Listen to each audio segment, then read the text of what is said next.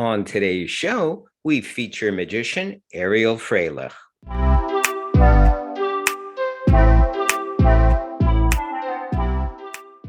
And we're back. It's so good to have you on today's show. Folks, we have Ariel Frailich, a friend of mine from TO, from Toronto, and I'm so pleased and honored that you've agreed to come on the show this day. Thank you, Michael, and great honor for me to be here. Thank you. Right off the bat, and I'm not just saying this to be nice, I think you know me, you should know me, but I love this. This is one of your many products, and it's turned transparent in a magic fit. And I bought this recently from your website. I saw that.com. And I love it. I love it for so many reasons. I'm going to talk as if we're talking to lay people as well as magicians. So I won't be too specific to give things away and all that. But I have to say the way it was written is even better than the kind of instructions and booklets that I grew up with in Montreal from the magic shops and the shops in TO as well. Because all we had back then were written instructions. We didn't have videos. We didn't have a lot of things. We had books, incredible magic books that are still around. We had manuscripts to learn tricks. And I came across this because it sounded intriguing. I think I saw something on Facebook about it. I don't know. So I thought I'll order it. And it exceeded my expectations. And I want you to share, if you want, Ariel, why your website is so different and your approach to magic and writing magic is so different. Thank you, certainly. Regarding tricks, when I started my magic business in 1995, I put out a number of tricks. The very first thing I did was a book called Card Stories. And after that, I came out with a few tricks. So let's leave the books for a bit later. My tricks, including the one you have, my view on being a dealer, a magic dealer of props as opposed to books, was based on what I knew of Ken Brook. I actually met Ken Brook once. I went to a shop in London, but I didn't spend much time there. But of course, he was legendary. Ken Brook did a number of things that no other dealer did. And one of the things he did was provide instructions that were absolutely extraordinary. And that appealed to me because I very much believe in quality and in giving people their money's worth, because I know what it's like to buy what you talked about earlier, a trick with a single sheet typewritten and not very well reproduced. I know what that's like. I spent hundreds of dollars. I mean, I never spent a penny on that. Okay, I bought many of those, of course. And I wanted to do something better. Also, at that time, I had gotten into learning about, story magic, really. It was new to me, and that overlaps the books, of course. I used to be an expert card hand. I used to be the young fiddly guys of the day. And I was quite good at it, but I also had no presentation, and I was aware of that. And I left magic for a while. When I came back to it, instead of going to the card books, instead of going to Marlowe, I found myself more drawn to Eugene Berger. It was my first introduction to this new way of looking at things. Then I came across René Lavant, fell in love with what he did. The stories, the tricks were good, but it was about his approach, his presentation. And finally, German magician Punks, who's not very well known, but very important figure in theatrical magic. And between the three of those, I found my voice and my direction, finally. And it was story magic, which I wasn't aware of before. But when I say story magic, I'm not talking about the old-fashioned card tricks where you do a lot of dealing, you tell a long drawn-out story, and there isn't much at the end.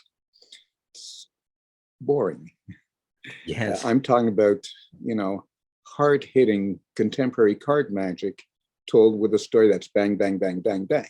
And it's very, very different. From that, I wrote my book, Card Stories, when I discovered this new path, where I present as I said, contemporary strong card magic with stories. And then when I started doing tricks, I wanted to carry that over. So with Spin the Bottle, I went to the trouble of finding different presentations. I wanted, a full humorous standard close-up style presentation. I wanted a bizarre presentation because I have a taste for bizarre magic. And I also wanted a mentalism presentation. I didn't feel capable of doing that, so I asked somebody else to come up with one. And he did, but to be honest, the trick doesn't really lend itself well to a mentalism presentation. But yeah, it has 3 presentations in the booklet, and not only the main effect, but 1 or 2 additional effects. And from the technical point of view, what I claim to be the best instruction in the business. And rightfully Shamelessly. so. Rightfully, no. Thank you. No, So it's a little trick, 16 pages. But how entertaining is it? I just went over it again before we started, because lately it's one of my favorite books. And again, it looks a little bit transparent because of chroma key. But one of the things I love about the effect is that it lends itself to close-up.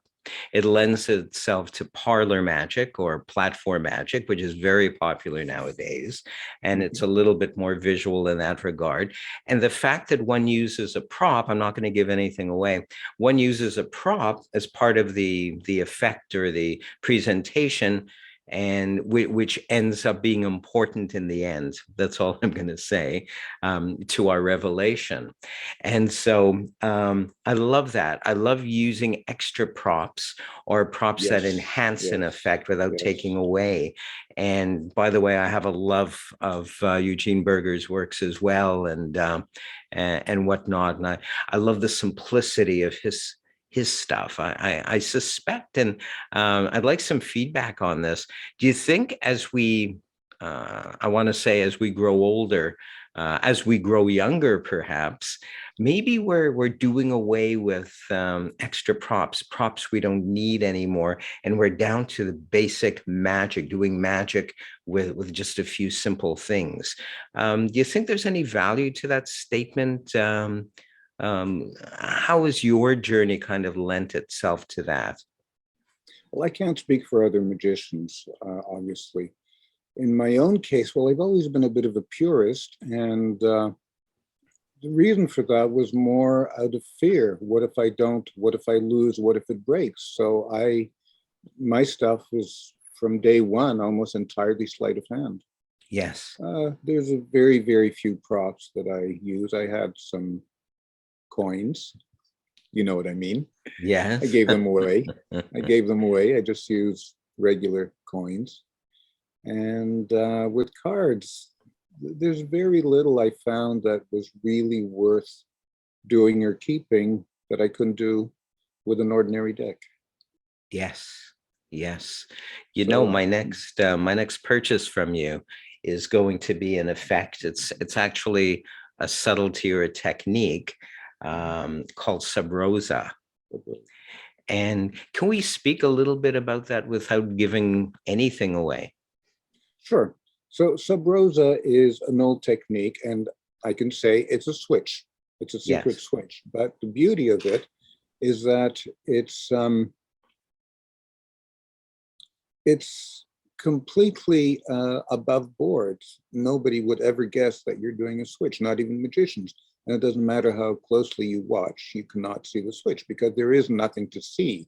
It's very unusual in that it's not a move, it's not a sleight, it's a method that piggybacks onto a natural action. That much I can say. And what I've done is I've taken this technique, which comes from cheating, by the way, and which is at least 100 years old, probably closer to 150 years old. And a lot of magicians know it, but few people have explored what you can do with it. So the beauty of the book, Subrosa, by the way, I gave the technique a name because it didn't have one. It was always described as you do this, you do that, but nobody ever gave the name. So I gave the name Subrosa. The beauty of the book is not the technique. I mean, that's pretty obvious, but what you can do with it. I came up with 60 or 70 tricks, which are described in the book. And, it's a little bit more than scratching the surface, but it opens up possibilities. Every reviewer who looked at the book said the same thing. Great book, great ideas, great tricks, great premises. But the best thing about it is that it'll open your mind to coming up with your own stuff, your own tricks, your own presentations using it. Absolutely. And I think that is indeed the case.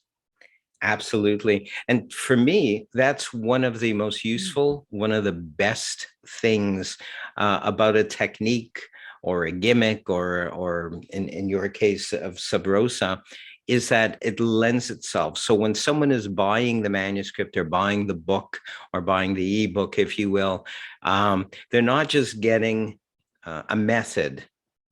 They're getting something that they may use for the rest of their lives. They may use in a number, not only of styles of magic, but I noticed, because I cheated, I read a little bit about it on your website. It lends itself to mentalism. It lends itself to card magic. It lends itself to so many things. And I think that's worth $1 million. How do you put a price tag on that?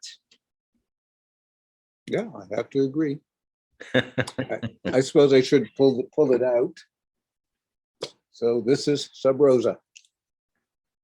Yes, yes.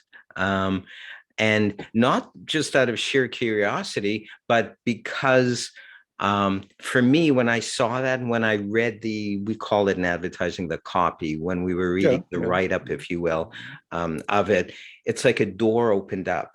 That's how it seemed to me. And it's like, whoa, there will be miles of usage for me personally, in that subtlety or technique, if you will. I choose to call it. I choose to call it a technique.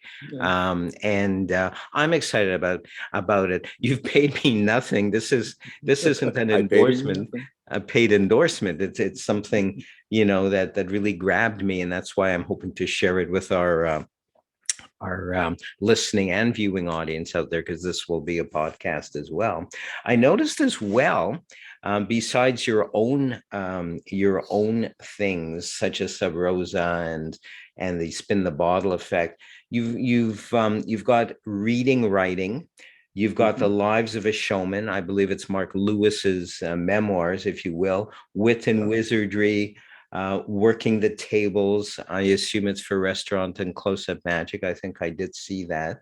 Performing magic for children, which I did for many years and had a kid show on TV.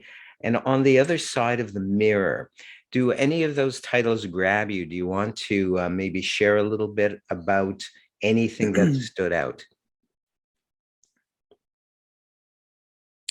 Performing Magic for Children is a book, a bit of a sleeper, I guess. It really covers everything there is to know about performing magic for children.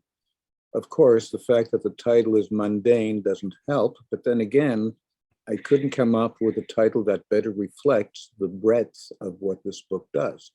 There have been professionals, big names in kid show magic, not David Ginn, others, who wrote to me privately to say, I wish I had had this book 25 years ago. It would have saved me a lot of heartache. This book is absolutely incredible because it starts, well, it's written by two ECEs, early childhood education specialists. Yes. One of whom runs an orphanage. And they talk about the psychological aspect of what it means for children to watch a magic performance, what they get out of it, what they need to get out of it, and the role of the magician in that context, or rather from that point of view. Yes. So it is absolutely an amazing book. I took one look at it and I knew right away, this is gold, even though I don't do kid shows. Yeah. You just knew that it's fantastic. It really covers everything. It not only tells you the what, but the why. There's very little out there. Even today, from what I understand, I don't really follow kid show magic books, but I believe that even today there is very little written that has that depth. So I would personally highly recommend it to any kid show magicians out there, even if you're a seasoned pro, what we call a seasoned pro. And I'm sure you'll find something that you either didn't think of, or maybe it's confirming something that you have been doing in your show. That was the case with me and David Ginn years ago. I'd already been doing kid shows a couple of years. I came across one of David Ginn's books, and it's like, holy cow, I'm actually doing something right. So, at least according to him. And I want to emphasize how it's a specialty thing. A lot of magicians, I don't know why that's the case. I think you know what I'm about to say. For some reason, a lot of magicians, working pros, they won't do kid shows, or they look down their nose at it, or they think, oh, whatever, you're not a real magician if you do kid shows. Well, let me tell you, as you know, and as people making a living from kid shows, I bought 2 houses in Winnipeg because of the kid shows I did, the amount of kid shows I did. It's a whole other skill. It's a whole other psychology. It's a whole other, approach to our art of magic. And I'm so thankful when I saw that title amongst your other titles. I thought, you know what? This is going to be a winner. This is going to be a little bit a cut above, a little bit more than a cut above anything that's out there in regards. And there's a lot of good kids books. I'm not putting down, kid show performers or the books they've written and all that. They're all awesome. But I know otherwise you wouldn't have included this in your group. You wouldn't have published this if it wasn't special. And I urge people, even if they're just thinking of getting into performing magic for kids, grab this book before you grab any other books. Maybe you already have some books, but grab this one. It'll be, again, well worth your money and worth 1,000 times whatever this costs. I know that to be true. And so with kid shows, you either, and I hope you'll agree with me on this, you either love kids or you don't. So you have to love kids if you're going to do kid shows. Otherwise, don't bother. And that's okay, because we can't all be kid show magicians. We can't all be family entertainers, if you will.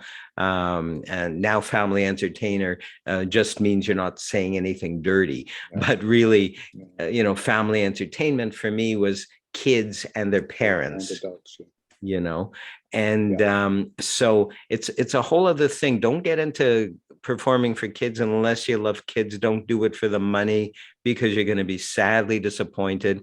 And kids are so cool. They're so honest. If they don't like you, you'll know it right at the beginning.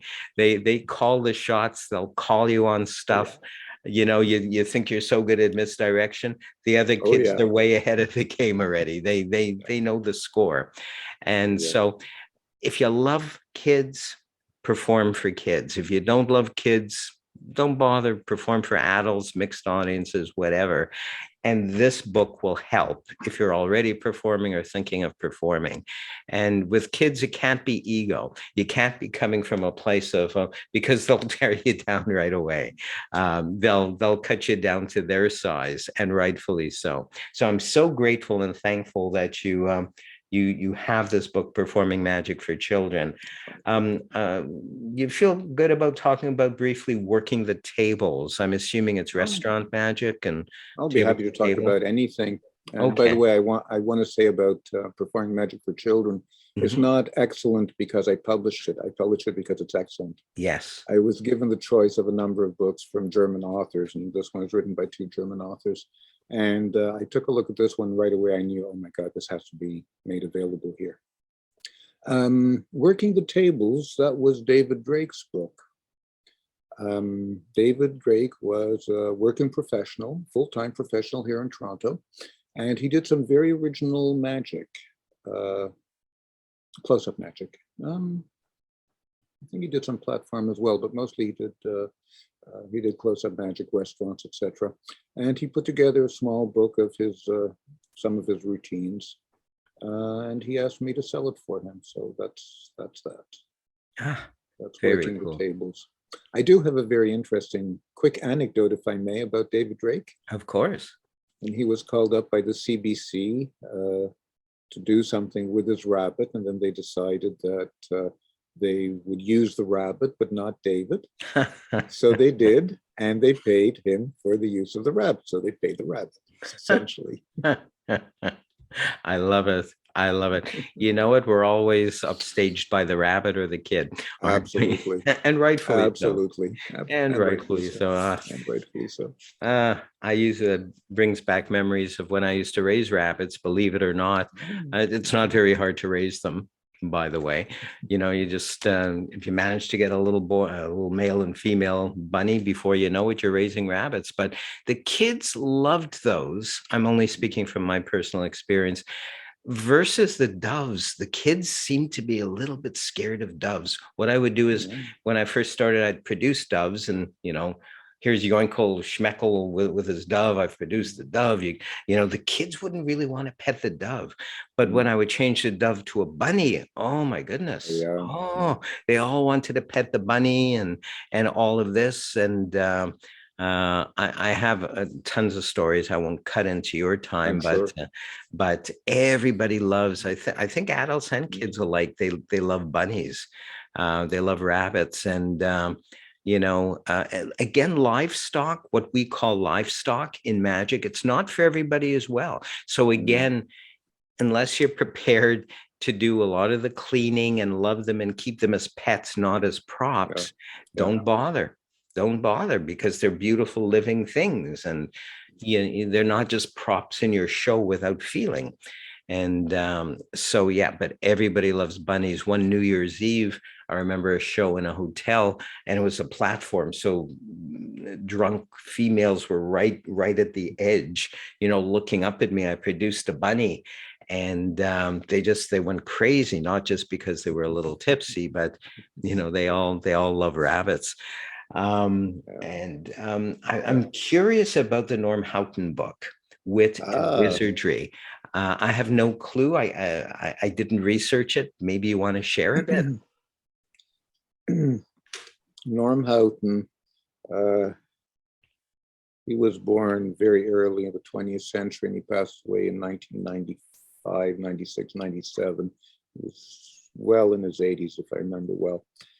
He came up with and submitted tricks to magazines all across the English-speaking world. A lot of them in Abra, some in the Gen. There are a number of them in the old Encyclopedia of Card Tricks, the Jean Newgard book under a different name, Lauren de Blois. Ibidem, the famous underground card magazine. Linking Ring, of course. Anyway, over 60 years, dozens and dozens and dozens of effects. So he was very much an underground figure, behind the scenes, not so much underground, but behind the scenes person.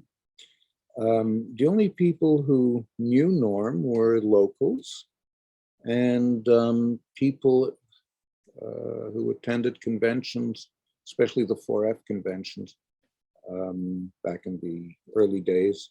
Who had met him in person. Otherwise, nobody had ever heard of him except those who read the magazine or the articles, the tricks he published. So at some point, David Ben, I think, came up with the idea of collating or compiling rather Norm's magic into a book.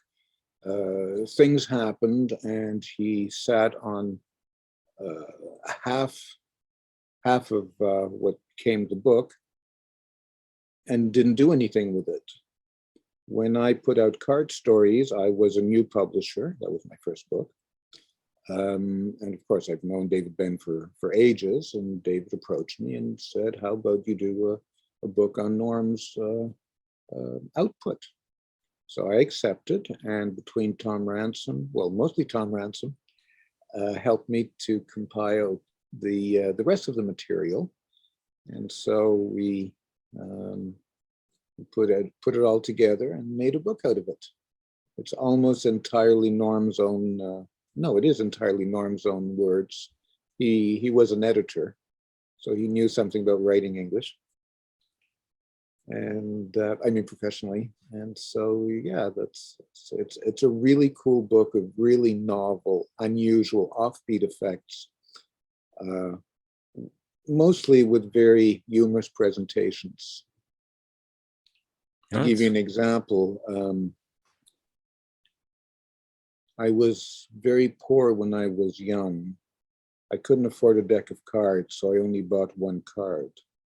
But as time went on, I bought a second card, a third card, until finally I got a full deck. That's typical of Norm's way out, offbeat way of doing things. I love it. I love it. Wonderful, wonderful stuff. And the material is amazing. I had known Norm for what, a good 20 years by that time. And I had no idea that he came up with all those things. They're simple, straightforward, unusual, offbeat, clever. It's an amazing collection too. Wit and wizardry. Wit and wizardry. So that's, oh, if you happen to have it as well, that would be so cool. Wit and wizardry. Ah, very cool. Very cool. I'm telling you, we can go on and should go on, but time limits. Okay. Time limits. And so let's say folks want to get in touch with you. I mean, I've been kind of hinting at the website isawthat.com, but you're also available on social media. Yes, I'm on Facebook. I Saw That Magic. I think just do a search for I Saw That Magic. It may be under the name IST Magic in the URL, but just look for I Saw That Magic. Very good. And I'm on Twitter. I'm on Instagram. I'm also on LinkedIn, but that's not really what that's best for. Yes. But I'm certainly easy to connect with. Excellent. Excellent. You're a veritable storehouse, a wealth, if you will, of, I'm going to say unlimited magic information. And I know this is just a small representation of your knowledge and what you have to give and offer others. I'm so grateful you came and joined us this day, Ariel. I can't thank you enough. And I thank you again. It's an honor to be here. Thank you, Michael. It's an honor to have you as well. And I want to thank all of you out there who are watching. Magical people, will see you all again really soon.